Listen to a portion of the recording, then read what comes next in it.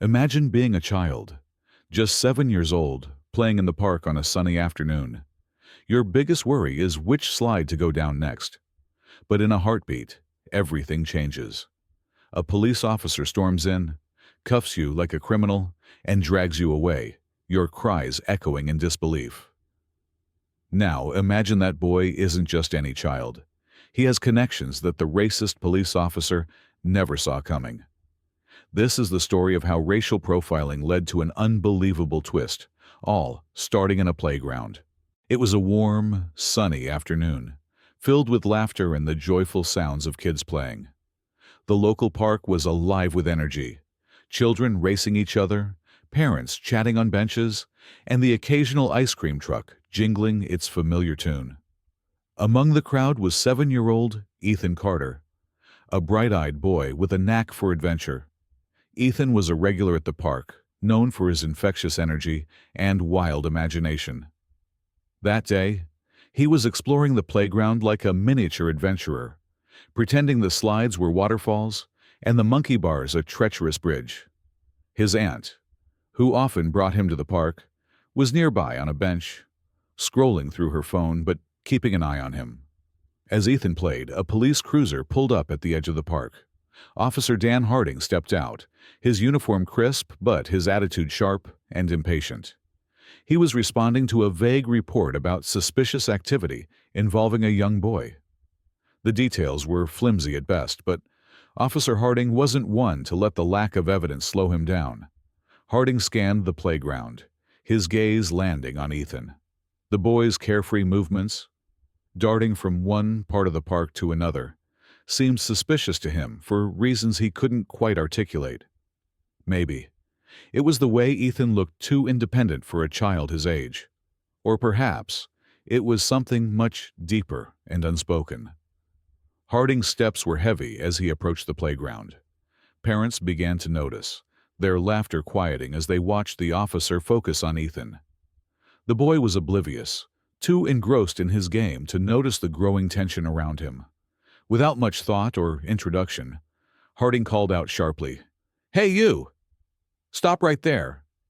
Ethan froze, confused. He looked around, unsure if the command was directed at him. When the officer repeated himself, louder this time, Ethan took a hesitant step back, fear creeping into his innocent eyes. Harding's voice was firm and accusing. "What are you doing here, kid? Where are your parents?" Ethan stammered. I'm playing. My aunt is over there." He pointed toward the bench, but Harding barely glanced in that direction. "That's enough," Harding said, his tone dismissive. He reached for his handcuffs, ignoring the gasps and murmurs from the parents watching. Ethan's aunt, alerted by the commotion, shot up from the bench and rushed toward them. "What are you doing? That's my nephew!" she shouted, her voice trembling with anger and disbelief. But Harding barely registered her protest. To him, Ethan was no longer just a child playing in the park. He was a suspect, a problem to be dealt with. And in his rush to act, Harding had no idea how badly he was about to misjudge the situation. The atmosphere grew heavier as Officer Harding ignored the frantic cries of Ethan's aunt. Parents began to pull their children closer, unsure of what might happen next. Ethan, frozen in fear, didn't fully understand what was going on. But he could feel the weight of the officer's glare and the cold finality of the handcuffs in his hands. Harding leaned down, his voice sharp and unwavering. "I don't want to hear excuses. If you've got no adult here to take responsibility for you, then you're coming with me." Ethan's aunt, now standing between Harding and the boy, raised her voice in desperation. "What are you doing? He's just a child. He hasn't done anything wrong." Harding glared at her, dismissing her words with a wave of his hand. "Ma'am, I don't know who you are, but this boy was acting suspiciously. We received a report, and I'm doing my job." "Suspiciously?" she shot back, her voice trembling but defiant. "You think climbing monkey bars and playing tag is suspicious? He's 7 years old." Harding's patience was wearing thin. "Step aside," he ordered coldly, his hand hovering near his holster. The sight of it sent a ripple of fear through the crowd. Ethan clung to his aunt's leg, tears now streaming down his face. "I didn't do anything, Auntie," he whimpered. "I was just playing." The aunt knelt down, wrapping her arms protectively around him. "I know, baby, I know," she said, her voice breaking. She stood up again, her eyes burning with fury, as she faced the officer. "This is harassment," she shouted. "You're targeting a child because of his skin color, and you know it. I'm not letting you take him anywhere." Harding didn't flinch. "If you don't cooperate, I'll have no choice but to detain you too." His voice was devoid of empathy, his focus entirely on asserting control. By now, the murmurs in the crowd had grown louder. Parents whispered to one another, some pulling out their phones to record the unfolding scene. A brave voice from the crowd called out, "He's just a kid. Leave him alone." Others echoed the sentiment, their voices growing bolder as they realized the injustice of the situation. But Harding was undeterred. He reached out to grab Ethan's arm, pulling him away from his aunt. Ethan screamed, his small body writhing in an effort to break free. The sound of his cries pierced the tense silence, sending chills through everyone who heard it. It was at that moment that another voice cut through the chaos. Firm, authoritative, and commanding. "What the hell is going on here?" Everyone turned to see a man stepping forward from the edge of the park. His presence was magnetic, his expression a mixture of anger and disbelief. As he walked closer, the tension seemed to shift, and the crowd instinctively made way for him. Harding, caught off guard, looked up and froze. His face paled as recognition dawned. This wasn't just any concerned citizen. It was Captain James Carter, the commanding officer of Harding's precinct and, more importantly, Ethan's uncle. Ethan's aunt let out a sigh of relief, though her body remained tense. "Thank God you're here, James," she said, her voice shaking. Captain Carter didn't respond immediately. His piercing gaze was fixed on Harding, who now seemed smaller, his earlier bravado crumbling under the weight of the situation. "What's the meaning of this?" Carter demanded, his voice low but filled with authority. Harding stammered, "Sir, I was responding to a call." The boy seemed suspicious. Carter cut him off with a sharp glare. "Suspicious? He's my nephew. And even if he wasn't, he's a child. What exactly do you think you're doing? Handcuffing a 7-year-old in a public park?" Harding opened his mouth to respond, but no words came out. The reality of his actions was crashing down on him, and he had no justification that wouldn't sound as hollow as it was. The captain turned to the crowd, addressing them with a calm yet firm voice. "I appreciate you all being here to witness this. Justice will be served, and accountability will follow." Turning back to Harding, he added, "We'll have a long conversation about this at the precinct. For now, take off those handcuffs and apologize to my nephew." Harding hesitated, but the captain's unyielding stare left him no choice. With shaky hands, he removed the handcuffs from Ethan's tiny wrists. The boy sobbed as his aunt scooped him up, holding him tightly. Harding muttered a barely audible apology, but it was clear that his words carried no weight. Captain Carter placed a protective hand on Ethan's shoulder. "You're safe now," he said softly, though his eyes burned with the promise of consequences for the man who had terrorized his nephew. As the crowd slowly dispersed, the weight of what had just happened lingered in the air. For some, it was a reminder of how quickly things could escalate when bias and authority collide. For others, it was a wake-up call, a moment to reflect on the injustices still present in their world.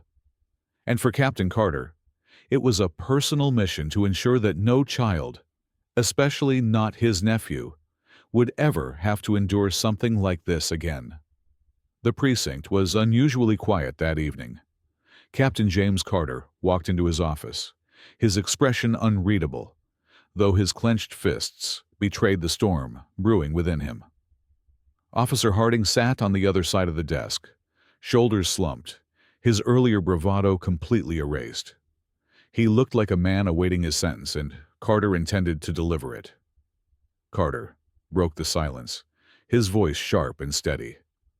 Do you even understand the gravity of what you did today? Handcuffing a 7-year-old boy in front of an entire park full of people? A boy whose only crime was playing on a jungle gym. Harding's head hung low, but Carter wasn't interested in his silent remorse. Look at me when I'm talking to you, Carter commanded. Harding lifted his gaze, but he couldn't meet the captain's fiery stare.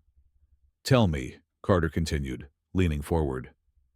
What made you decide that a child, barely old enough to tie his own shoes, was a threat that needed to be subdued like a dangerous criminal? What did you see, Harding? Harding stammered, struggling for words. I thought he was climbing the fence.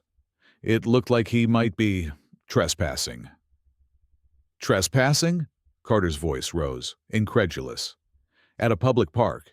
You're telling me you saw a little boy and decided the best course of action was to pull out handcuffs. Did you even stop to ask him who he was with? Did you even think for 1 second about how your actions would affect him? Or his family? Harding's voice was barely a whisper. I made a mistake. Carter's laugh was bitter, devoid of humor. A mistake? A mistake is forgetting to fill out a report or misplacing a file. What you did was an abuse of power driven by prejudice. And let me tell you something, your mistake could have ruined that boy's life. You don't just walk away from something like this, Harding. Not this time. The room fell silent as Carter's words hung heavy in the air. Harding shifted uncomfortably in his seat, but he had no defense, no justification that could undo the damage he'd caused. Carter finally sat down, exhaling deeply. Here's what's going to happen, he said, his tone cold and deliberate. You'll be suspended immediately pending a full investigation. Every detail of what happened today is going into your record, and I will personally make sure this department takes a long, hard look at the way we handle situations like this. If I have my way, you'll never put on this uniform again. Harding opened his mouth to protest, but Carter raised a hand, silencing him. Don't waste your breath. This isn't up for debate. You're lucky I'm not pressing charges myself. As Harding left the office, the weight of his actions finally beginning to sink in, Carter leaned back in his chair, staring at the ceiling. The events of the day replayed in his mind. The fear in Ethan's eyes, the outrage in his sister's voice, the murmurs of the crowd. He knew this wasn't just about one officer or one incident. This was about a system that had allowed these biases to fester unchecked for far too long. The next morning, Carter stood before a room full of officers, his voice commanding as he addressed them. What happened yesterday was unacceptable. We are supposed to protect and serve, not intimidate and humiliate. If you think that badge gives you the right to abuse your authority, you're in the wrong profession. There will be no tolerance for racism or prejudice in this precinct, not under my watch. The room was silent, every officer acutely aware of the captain's determination. They knew he wasn't making empty promises. Meanwhile, Ethan's story spread far beyond the park. Parents who had been there that day shared their outrage on social media, videos of the incident going viral within hours. News outlets picked up the story, and soon, the nation was talking about Ethan, the little boy who had exposed a painful truth about systemic bias and the abuse of power. For Carter, it was a bittersweet moment.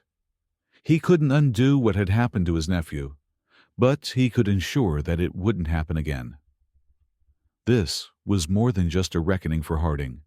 It was a call to action for everyone in the department, the community, and beyond. As for Ethan, he found solace in the love and support of his family, who reminded him every day that he was strong, brave, and deserving of respect. Though the memory of that day would stay with him, it also became a symbol of resilience, a reminder that even in the face of injustice, change is possible. And for Carter, it was the beginning of a fight he was determined to see through to the end. Because protecting his community meant more than enforcing the law. It meant standing up for what was right, no matter the cost. The days after the incident were filled with reflection, responsibility, and change. Ethan's story, once just a painful memory for one family, started discussions far beyond their neighborhood. It wasn't just about a little boy being handcuffed. It was about the deep-rooted biases that made such an event possible.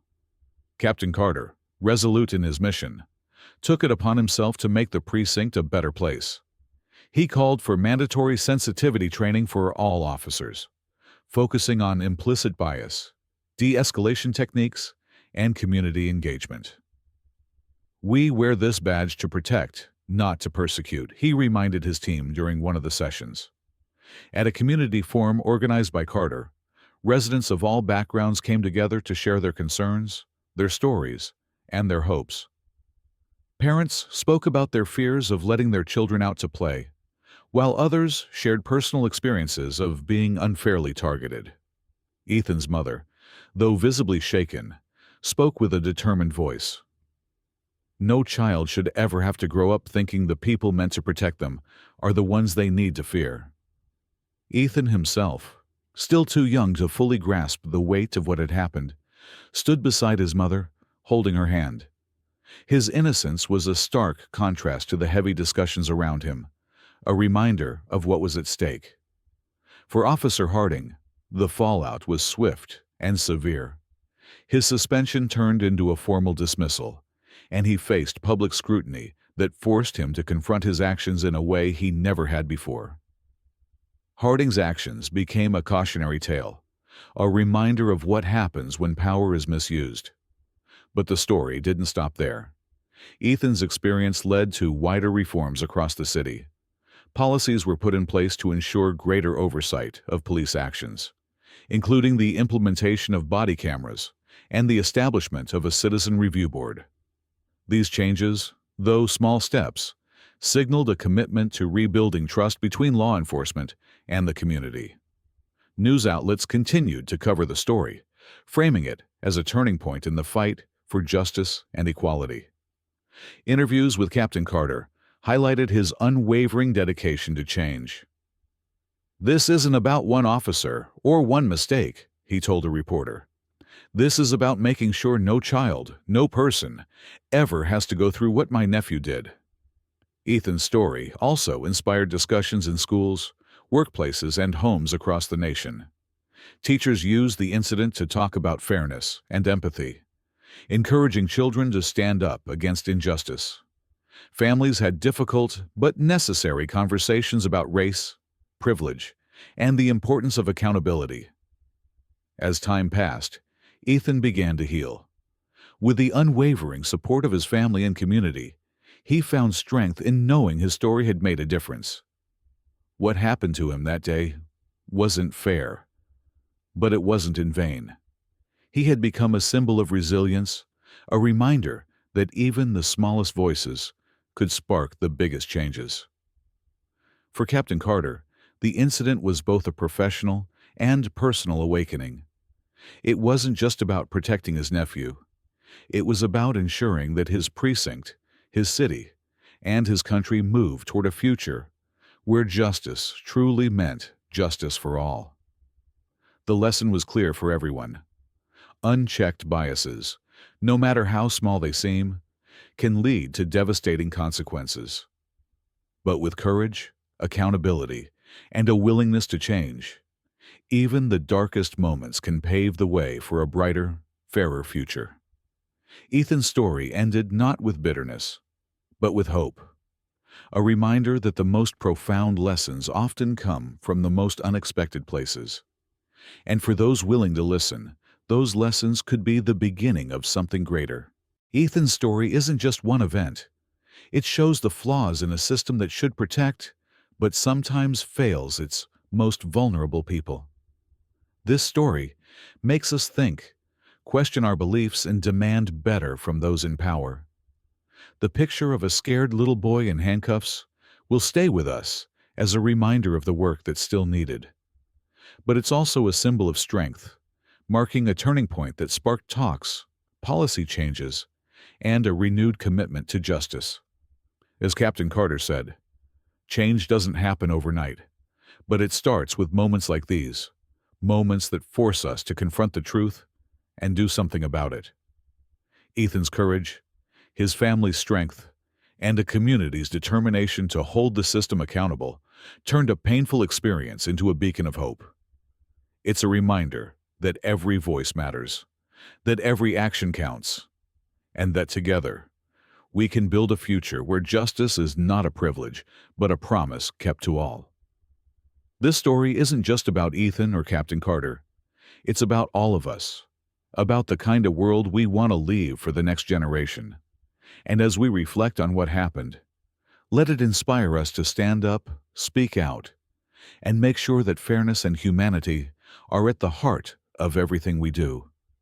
Because in the end, justice isn't just a word, it's a responsibility.